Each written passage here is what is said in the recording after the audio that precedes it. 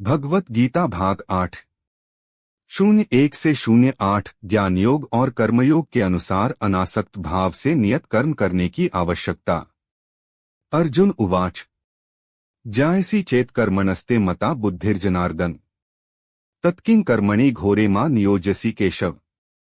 भावार्थ अर्जुन बोले, हे जनार्दन, यदि आपको कर्म की अपेक्षा ज्ञान श्रेष्ठ मान्य है तो फिर हे केशव, मुझे भयंकर कर्म में क्यों लगाते हैं। 1 व्यामिश्रेणे वाक्येन बुद्धि मोह्यसीव में तदेकं वद निश्चित्य येन श्रेयोहमाप्नुयात्।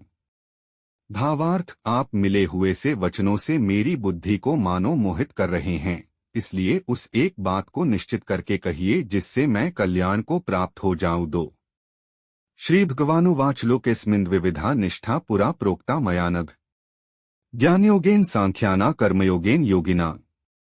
भावार्थ श्री भगवान बोले, हे निष्पाप, इस लोक में 2 प्रकार की निष्ठा, साधन की परिपक्व अवस्था अर्थात पराकाष्ठा का नाम निष्ठा है, मेरे द्वारा पहले कही गई है।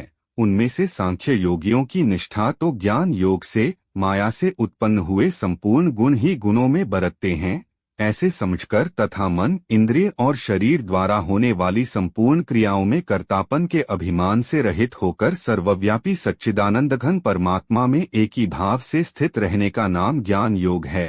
इसी को संन्यास, सांख्ययोग आदि नामों से कहा गया है। और योगियों की निष्ठा कर्मयोग से फल और आसक्ति को त्याग कर भगवदाज्ञानुसार केवल भगवदर्थ समत्व बुद्धि से कर्म करने का नाम निष्काम कर्मयोग है।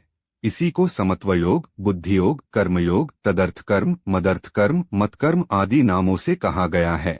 होती है 3 न कर्मणाम नारंभान्नैष कर्मे पुरुषोषुते न च संन्यसनादेव सिद्धिं समधिगच्छति। भावार्थ मनुष्य न तो कर्मों का आरंभ किए बिना निष्कर्मता, जिस अवस्था को प्राप्त हुए पुरुष के कर्म अकर्म हो जाते हैं अर्थात फल उत्पन्न नहीं कर सकते, उस अवस्था का नाम निष्कर्मता है, को यानी योगनिष्ठा को प्राप्त होता है। और न कर्मों के केवल त्याग मात्र से सिद्धि यानी सांख्यनिष्ठा को ही प्राप्त होता है। 4 न ही कश्चित् क्षणमपि जातु तिष्ठत्य कर्मकृत कार्यते ह्यवशः कर्म सर्वः प्रकृतिजैर्गुणैः है। भावार्थ निःसंदेह कोई भी मनुष्य किसी भी काल में क्षण मात्र भी बिना कर्म किए नहीं रहता, क्योंकि सारा मनुष्य समुदाय प्रकृति जनित गुणों द्वारा परवश हुआ कर्म करने के लिए बाध्य किया जाता है। 5 कर्मेन्द्रियाणि संयमय य आस्ते मनसा स्मरन् इंद्रियार्थान विमूढ़ात्मा मिथ्याचारः स उच्यते। भावार्थ जो मूढ़ बुद्धि मनुष्य समस्त इंद्रियों को हठपूर्वक ऊपर से रोककर मन से उन इंद्रियों के विषयों का चिंतन करता रहता है, वह मिथ्याचारी अर्थात दंभी कहा जाता है। 6 यस्त्विन्द्रियाणि मनसा नियम्यार्भतेर्जुन कर्मेन्द्रियः कर्मयोगमसक्तः स विशिष्यते।